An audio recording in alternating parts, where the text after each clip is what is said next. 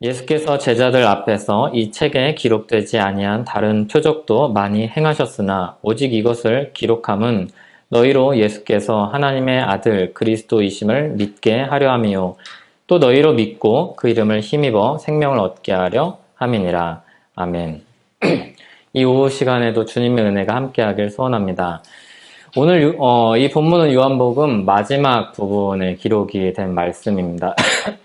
이 구절은 요한복음의 이제 목적을 밝혀주는 구절인데, 오직 이것을 기록함은 너희로 예수께서 하나님의 아들 그리스도이심을 믿게 하려 하며 또 너희로 믿고 그 이름을 힘입어 생명을 얻게 하려 함이니라. 이 예수님이 하나님의 아들이시라는 사실, 그리고 그것을 믿고 생명을 얻도록 하기 위해서 요한복음은 기록이 되었습니다. 이런 요한복음의 기록 목적은 성경 전체의 기록 목적과도 같습니다. 그래서 사람들이 복음을 듣고 그 말씀을 믿어서 영생을 얻도록 하기 위해서 성경은 우리에게 주신 말씀입니다. 그러니까 굉장히 유용한 말씀이요. 현실적인 말씀이요. 우리에게 가장 필요한 말씀입니다. 이 구절은 아주 분명하게 이야기를 하는데, 이 말씀을 기록한 이유는 예수께서 하나님의 아들 그리스도이시라는 것을 알도록, 그리고 그것을 믿도록, 그리고 이것을 믿어서 예수 그리스도의 이름을 힘입어서 생명을 얻도록 하기 위해서 기록한다고 이야기를 합니다. 이 말을 오늘 설교의 맥락에서 바꾸어서 말한다면 믿음과 사랑을 주려고 말씀하셨다, 기록하셨다, 이렇게 설명할 수 있습니다. 왜 사랑이 갑자기 어디서 왔냐? 여기 보면 생명이라는 부분이 있는데, 이 생명은 결국 사랑하는 삶, 사랑 안에서의 삶으로 이어집니다. 그렇게 볼 때 이 구절을 읽고 우리는 두 질문을 마주하게 됩니다. 첫 번째는 믿느냐는 것과 두 번째는 사랑하느냐는 질문입니다. 이 두 질문을 우리가 받고 그 질문에 우리는 대답해야 합니다. 이게 무슨 말씀인지 말씀을 살펴보면서 설명해 보겠습니다. 요한은 이 책을 기록을 하면서 여러 역사적인 자료들을 선별하고 추렸을 겁니다. 그리고 한 가지 목적을 가지고 이 자료들을 나열을 하고 기록을 했습니다. 물론 성경은 성령 하나님의 역사로 감동으로 기록한 말씀입니다. 그런데 지난 설교들을 통해서 말씀드렸다시피 하나님의 감동으로 되었다는 말은 성령 하나님이 주신 그런 어떤 능력이나 어떤 그런 이렇게 황홀경 속에서 기계적으로 성경을 대필을 했다든지, 아니면 황홀경 속에서 무아지경 속에서 이 성경을 기록했다든지 그런 의미가 아니라고 했습니다. 그 사람의 개성, 그 사람의 글을 쓰는 스타일, 이런 것들을 다 살려서, 다만 주님이 우리에게 복음을 듣게 하시고 주님이 우리가 이 말씀을 통해서 인도자 삼아서 이 말씀을 따라서 살아갈 수 있도록 성령 하나님이 그것을 보존하시고 지키시고 감동을 주셨다는 겁니다. 그런 의도, 그런 뜻을 담도록 하셨다는 겁니다. 그래서 제정신으로 사람들이 성경을 기록하되 그 사람의 은사와 기질을 사용하시되 성령 하나님이 성경으로서의 기능을 할 수 있도록 이것을 온전하게 보존해 주셨다, 주관하셨다, 이렇게 말씀을 드렸습니다. 그래서 성경은 사람의 글이기도 하면서 하나님의 글이기도 합니다. 그러니까 이게 사람의 글이니까 요한이 이 기록 목적을 썼던 것처럼 분명한 기록 목적을 가지고 역사적인 내용들을 추려서 쓴 글이 요한복음입니다. 그래서 30절에 보면 예수께서 제자들 앞에서 이 책에 기록되지 아니한 다른 표적도 많이 행하셨으나 이렇게 이야기합니다. 그러니까 요한이 알고 있는 것만 해도 또 다른 기적들이 엄청나게 많은데 그거 다 쓰지 않고 이 목적에 부합하는 거를 추려가지고 이렇게 배치를 해서 기록을 했다는 겁니다. 예수님이 행하신 표적은 헤아릴 수 없이 너무나도 많은데 그걸 다 기록하려면 분량에 있어서도 그렇고 목적으로도 그렇고 맞지 않는다는 겁니다. 다 기록하려면 분량이 너무 많아지고 목적을 달성하기 이걸로 충분하다는 겁니다. 그러니까 여기에 뭔가 더 필요하다는 건 그런 이야기 하는 사람들은 다 뭐예요? 이단이에요. 예. 여기 위에 계시를 원한다. 이단이고 불필요한 얘기고 자기가 더 낫다는 얘기입니다. 엄밀히 따지면. 왜냐하면 이것으로 충분하다는 그것을 인정하지 않기 때문입니다. 한 번은 서기관과 바리새인들이 예수님께 와서 이야기합니다. 예수님 우리에게 표적을 보여주십시오. 이렇게 이야기합니다. 예수님이 이야기합니다. 요나의 표적으로 충분해. 이렇게 이야기합니다. 굉장히 많은 기적들, 표적들을 행하셨음에도 이렇게 묻는 표적을 구하는 서기관과 바리새인들한테 요나의 표적으로 충분하다고 이야기하십니다. 악하고 음란한 세대가 표적을 구하나 선지자 요나의 표적 밖에는 보일 표적이 없느니라 이렇게 말씀하십니다. 우리는 이 말씀과 오늘 말씀을 토대로 이런 결론을 내릴 수 있습니다. 표적의 숫자와 경이로운 정도는 믿음과 무관하다는 겁니다. 예수님은 적절한 표적을 보여주셨고 충분한 표적을 보여주셨습니다. 그런데 그 숫자 이상의 것 아니면 거기서 이루어지셨던 표적보다 더 대단한 것이 필요가 없다는 얘기입니다. 많은 표적을 본 사람이라고 믿음을 가지지 않기 때문입니다. 요한복음 12장 37절에 보면 이렇게 많은 표적을 그들 앞에서 행하셨으나 그를 믿지 아니하니 이렇게 분명히 이야기합니다. 어디서는 어떤 사람들에게는 많은 표적을 보여주셨습니다. 근데 많아도 믿지 않는 겁니다. 표적이 믿음을 보장하지 않기 때문입니다. 그럼에도 이 표적이라는 본래 기능은 믿음을 주기 위해서 예수님이 행하신 일입니다. 예수님의 표적을 행하신 이유는 우리에게 놀래키려고 한 게 아니라 과시하려고 하신 게 아니라 이유가 있는 겁니다. 하느님의 아들 메시아라는 것을 보여주기 위한 증거로서 표적을 보여주시는 겁니다. 그래서 이를 통해서 하나님께 영광 돌리고 사람들에게는 믿음을 주는 거죠. 이런 목적을 가지고 행하신 표적들의 첫 표적이 가나의 혼인잔치입니다. 요한복음의 기준에서. 가나의 혼인잔치의 사건이 일어난 다음에 사람들은 하나님께 영광을 돌리고 제자들은 예수님을 믿습니다. 그러니까 예수님이 자기가 원래 표적으로 의도하려고 했던 결과가 나타난 첫 번째가 이 가나의 혼인잔치입니다. 요한복음의 첫 번째 표적. 하나님께 영광을 돌리고 사람들이 이걸 보고 그리고 예수님을 믿습니다. 이 두 가지를 예수님이 목적을 두고 행하신 것이죠. 예수님의 표적과 그 표적을 기록한 요한복음 모두 예수님을 하나님의 아들이신 메시아, 그리스도로 믿도록 하기 위해서 존재합니다. 이게 표적의 기능입니다. 그러면서 이 표적이라는 말과 비슷해 보이는데 기적이라는 말은 구별이 됩니다. 표적은 말 그대로 사인입니다. 목적지를 가리키는 사인입니다. 그러니까 표적 자체로는 기능이 없고 표적은 목적지를 가도록 해주는 조력자입니다. 그런데 어떤 사람들은 이 표적을 보고, 기적은 이제 놀라운 일을 기적이라고 하죠. 어떤 사람들은 이 표적을 보고서 표지판인데 이 표지판 너무 멋있어. 이 표지판 너무 좋아. 그리고 이걸 막 흔들고 막 그러고 있다는 겁니다. 이상하죠? 이렇게 이야기를 들으면 이상한데 실제로 우리 신앙생활 가운데 그렇게 신앙생활을 하는 사람들이 많다는 겁니다. 아, 주님이 나한테 이런 경험을 주셨어. 왜 그런 경험을 주셨을까요? 예수님을 믿게 하기 위해서 경험을 주셨는데 이 경험이 너무나도 크게 각인이 되어서 야, 이 표적 봐라. 나는 이런 경험이 있다. 이러고 다니는 겁니다. 이상한 거죠. 누가 이런 표지판 만들었을까? 이 표지판은 얼마일까? 다 뭐예요? 다 헛다리 짚는 말입니다. 그런데 사람들이 이 예수님의 표적을 보고 그럴 때가 너무나도 많았죠. 예수님의 표적은 그걸 보고서 예수님께 나아오도록, 예수님을 믿도록, 예수님이 하나님의 아들이심을 드러내도록 주신 기적입니다. 표적 안에 기적이 있죠. 표적의 방식 중에 기적이 있죠. 그런데 많은 사람들이 이 기적이라는 도구를 들고서 열광을 합니다.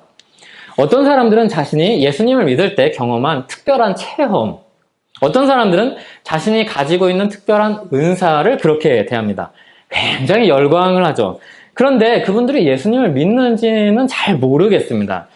예수님을 믿는 결과는 뭐냐면 하나님께 영광을 돌리고 그 생명 안에서 사랑하면서 사는 겁니다. 주님께 회개하고 나와서 구원을 얻는 일로 이루어집니다. 그런데 그 놀라운 경험이 그런 결과물을 낳지 않는다면 그 놀라운 경험은 어떤 경험인지 한번 따져봐야 합니다. 말씀을 통해서 다시 한번 점검해 봐야 합니다. 예수님께 나아오도록 주신 표지판을 들고 예수님을 만났는데 왜 그걸 아직도 휘두르고 있습니까? 예수님을 만났으면 표지판은 이제 잊어버려야 됩니다. 예수님 안에 있기 때문에 거기까지 기능을 다했기 때문에 필요가 없는 겁니다. 그래도 주님은 그런 사람들조차도 사랑하셔서 믿음을 주시고 생명을 얻게 하십니다.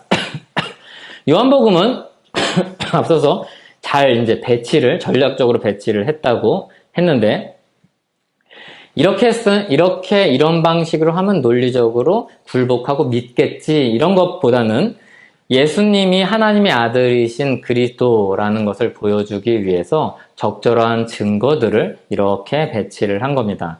어쨌든 이 기록 목적을 밝힌 이 구절 바로 앞에 무슨 이야기가 나오냐면 도마의 믿음 이야기가 나옵니다. 굉장히 의미심장합니다. 왜냐하면 여기서 이 성경을 기록한 이유가 믿도록 하기 위함이라고 이야기했는데 그 앞에 제자들의 믿음 이야기가 나오고 제자들의 믿음 뒤에 도마의 믿음을 이야기를 한 다음에 그 다음에 이 기록 목적을 배치를 했습니다.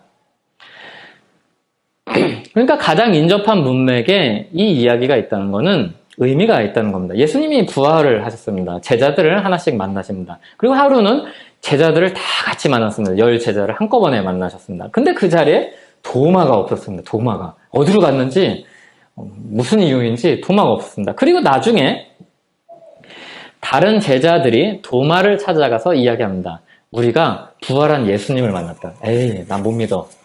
내가 만져보기 전엔 못 믿어. 이렇게 이야기합니다. 굉장히 인간미가 넘치는 사람이죠. 솔직한 사람입니다. 예수님이 일주일 후에 이 일이 있은 다음에 일주일 후에 제자들과 도마가 함께 있을 때 예수님이 찾아오십니다. 의도적으로 찾아오신 겁니다. 사마리아 여인을 의도적으로 그 길을 가서 만나신 것처럼 의도적으로 도마를 만나러 찾아가신 겁니다. 그리고 도마에게 가서 자, 넣어봐, 만져봐 이렇게 이야기하는 거죠. 그러면서 요한복음 20장 27절에 그리하여 믿음 없는 자가 되지 말고 믿는 자가 되라 이렇게 이야기합니다. 그제서야 도마가 믿고 나의 주님이시오 나의 하나님이시니이다 라는 신앙 고백을 합니다. 예수님은 요한복음 13장 1절에서 이야기한 것처럼 자기 사람들을 사랑하시되 끝까지 사랑하신 분입니다. 믿음이 연약한 도마에게는 직접 찾아가서 대화하시고 만나시고 만져보게 하시고 믿게 하십니다. 그렇게 해서라도 믿게 하려 하기 위해서입니다. 어떤 사람들은 그런 은혜가 필요하다는 사실을 우리 주님이 아시고 그렇게 찾아가시는 겁니다. 그렇게 특별한 방식으로 찾아가서 만나주시고 믿게 하십니다. 그런데 예수님이 만나는 이 방식들은 굉장히 다양한데 본질은 똑같습니다. 믿고 생명을 얻게 하려고입니다. 생명을 주기 위해서입니다. 그러니까 어떤 사람들은 마치 우리 오전에 보는 아하스 왕처럼 그 징조 안 받을래요 라고 이야기하는데 아니야 받아야 돼 막 무격다짐으로 주는 거죠.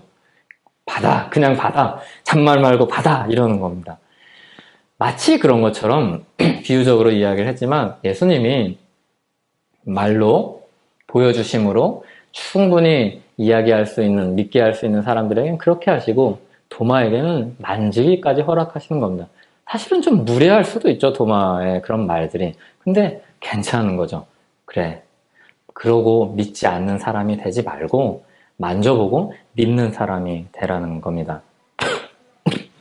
예수님이 그 일을 위해서 오셨고 그 일을 위해서 제자들을 만나셨기 때문입니다. 이 도마 사건 마지막엔 이런 말씀이 있습니다. 29절에 예수께서 이르시되 너는 나를 본고로 믿느냐 보지 못하고 믿는 자들은 복되도다 하시니라. 이 말씀 뒤가 오늘 본문입니다. 기록된 요한복음을 보고 믿는 사람들, 예수님을 보지 못하고 믿는 사람들 역시 복되다고 이야기하십니다. 그러니까 목적이 믿고 생명을 얻는 것입니다. 그 과정은 굉장히 다양한 것이죠. 예수님을 보지 못하고 믿는 사람 역시 복됩니다. 역시 복되니까 도마도 복된 겁니다. 요한은 그런 주님의 마음을 깨달아서 적절하게 이 말씀을 여기다 배치하고 있습니다. 정말 중요한 건 무엇인가? 보고 믿는 것, 보지 못하고 믿는 것, 그런 게 아니라 믿는다는 이 사실이 중요한 겁니다. 예수님이 주신 은혜로 여러 가지 방식으로 예수님을 믿는 게 중요합니다. 하나님의 아들이요 그리스도로 믿는 게 중요합니다. 믿음으로 생명을 얻는 것이 가장 중요합니다. 가장 이것이 우리에게 필요한 것입니다. 그러므로 우리가 이 말씀을 대할 때 이 말씀을 마주하면서 이 질문을 던져야 합니다. 예수님을 하나님의 아들 그리스도로 믿는가? 그냥 특별한 사람이 아니고 기적적인 사건을 일으킨 특별한 분도 아니고 하나님의 아들 그리스도, 우리 죄를 대신하여서 이 땅에 사람으로 오신 하나님이심을 믿느냐는 이 질문을 마주해야 합니다. 그리고 믿고 우리가 생명을 얻고 이 자리로 사람들을 이끌어야 합니다. 내가 예수님을 믿고 났더니 이런 복을 받았더라는 건 예수님을 믿게 하는 표지판 역할은 할 수 있습니다. 굉장히 좀 허술한 표지판인데 표지판이 될 수도 있습니다. 그런데 그게 그냥 나는 그런 경험이 있다는 자랑일 수도 있습니다. 그런데 많은 사람들이 이걸 자기 자랑으로 삼습니다. 신기하게 자랑으로 삼습니다. 나는 이런 경험을 주셨어. 너는 안 주시디? 이렇게 이야기하는 거예요. 너는 안 주시디에는 뭐가 있죠? 나는 받았는데 왜 너는 없냐? 막 그런 게 있는 거죠.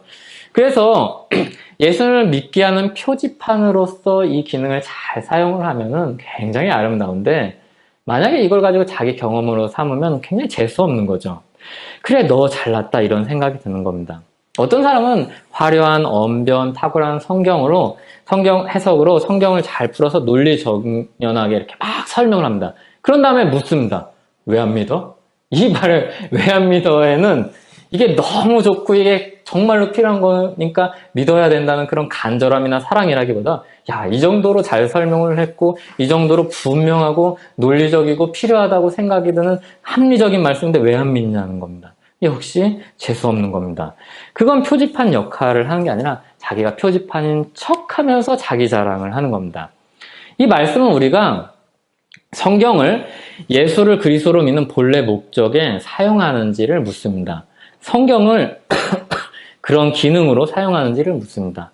믿느냐고 묻습니다. 학문을 자랑해도 안 되고 경험을 내세워도 안 됩니다. 예수 그리스도를 사랑으로 전하고 있는가? 예수 그리스도를 정말로 믿고 그 안에서 살아가려고 하는가? 진정 예수 그리스도를 믿는가? 오늘 이 말씀은 우리에게 이 질문을 던집니다. 성경은 우리에게 이 질문을 던집니다. 믿느뇨? 이 질문을 던지는 겁니다. 두 번째로 이 말씀은 우리에게 예수님을 사랑하느냐는 질문을 던집니다. 그 이름을 힘입어 생명을 얻게 한다고 했는데 그러면 이 생명을 얻으면 무엇을 합니까? 생명을 얻었어요. 무엇을 해야 될까요?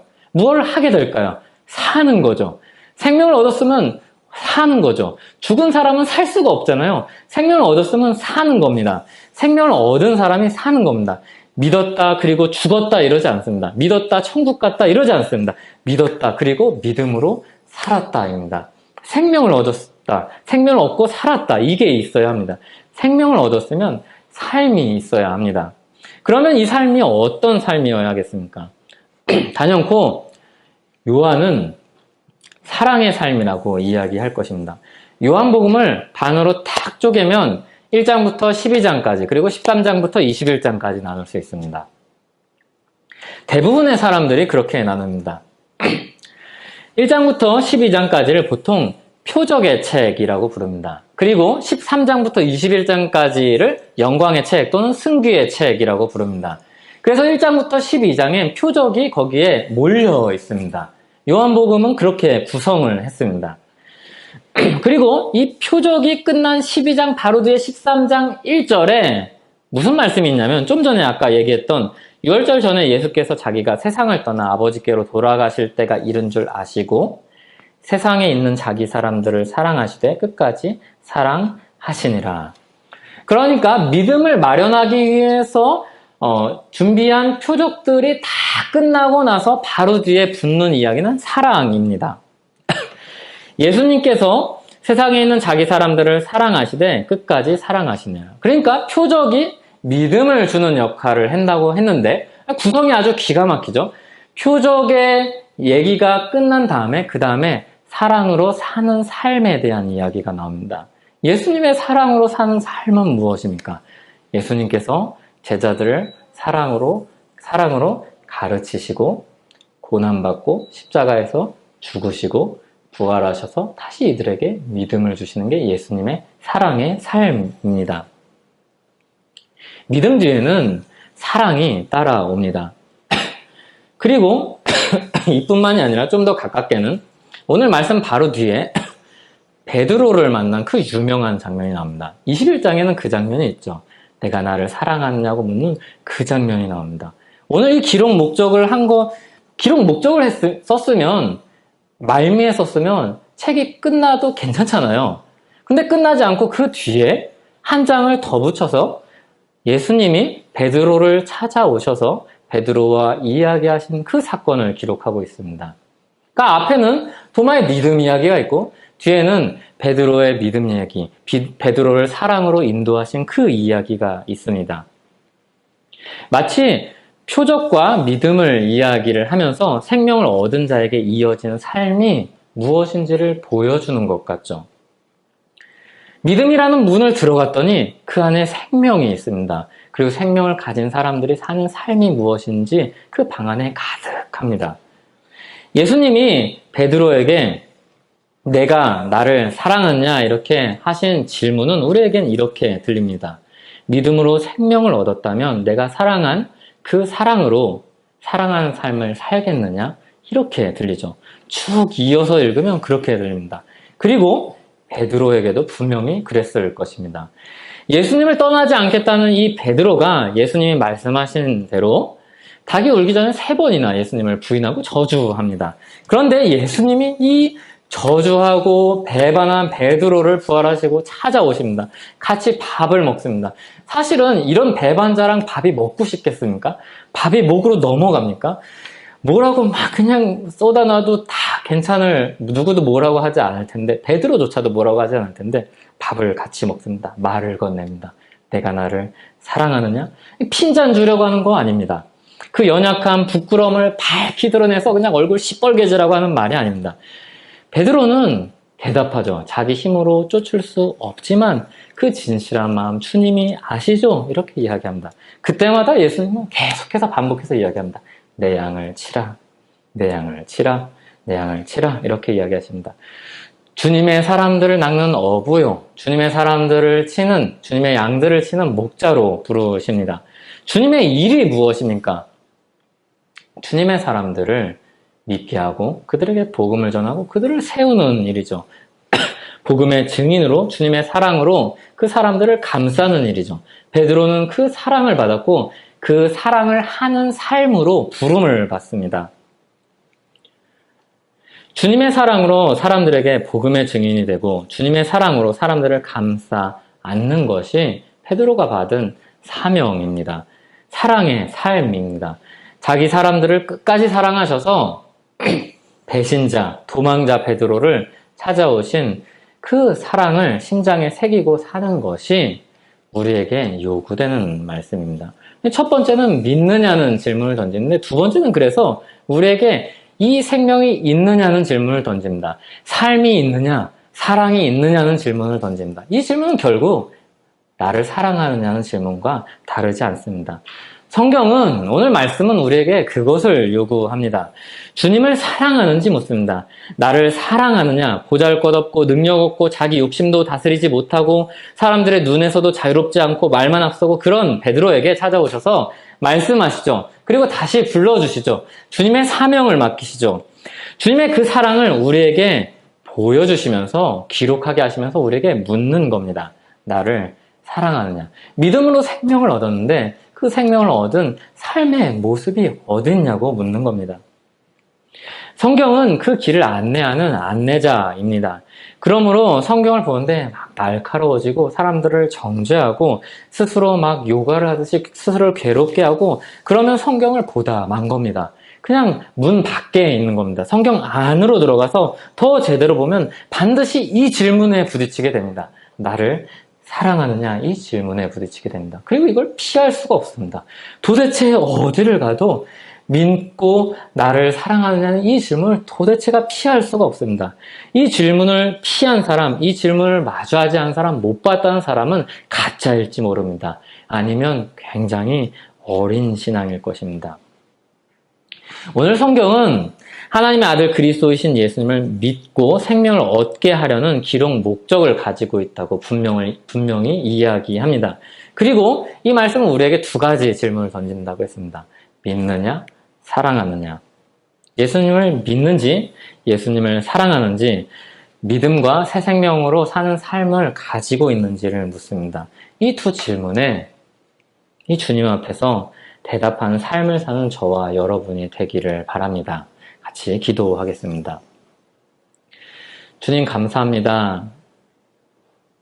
우리가 다 아는 말씀이고